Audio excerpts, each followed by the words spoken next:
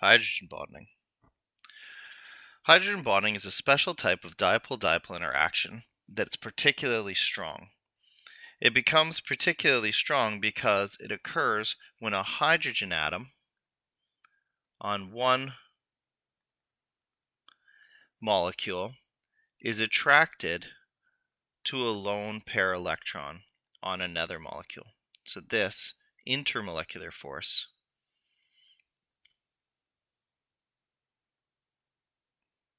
is dipole-dipole because this one is partially negative and this one is partially positive.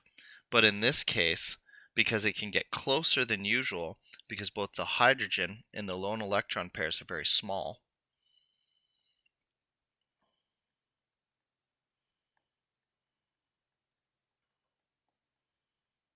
it's a very, very strong dipole, and we give it the special name of hydrogen bond. We can see this with water, we can see this with ammonia.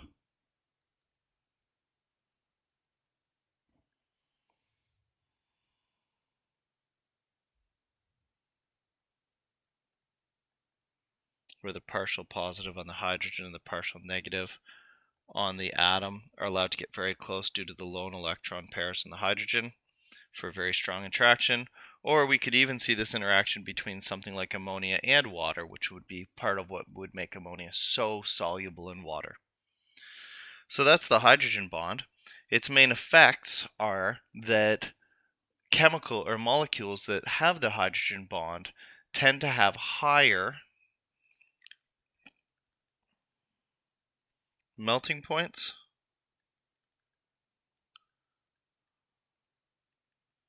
and boiling points due to the increased strength of that attraction. On top of that, though, there's another little interesting thing that happens with these molecules, and that's something called surface tension. Because these molecules are so attracted to each other, when the molecules on the surface are being attracted back in to the molecules in the bulk liquid, we call that surface tension. Essentially, because there's an attraction between these particles, they want to minimize their exposed surface area and maximize their contact with their inner surface. So imagine the water molecule that exists right on the edge of this really pretty droplet. It wants to have as much contact with water in the bulk while having as little contact with the air because it has attractive forces between it and its bulk material and has no attraction to the outside air. That's why water forms in these perfect spheres. Spheres have the maximum volume for the minimum surface area.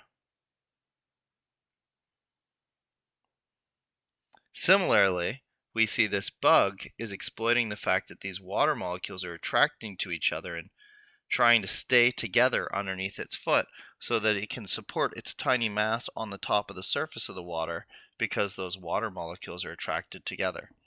So, the hydrogen bond gives us more attraction than usual.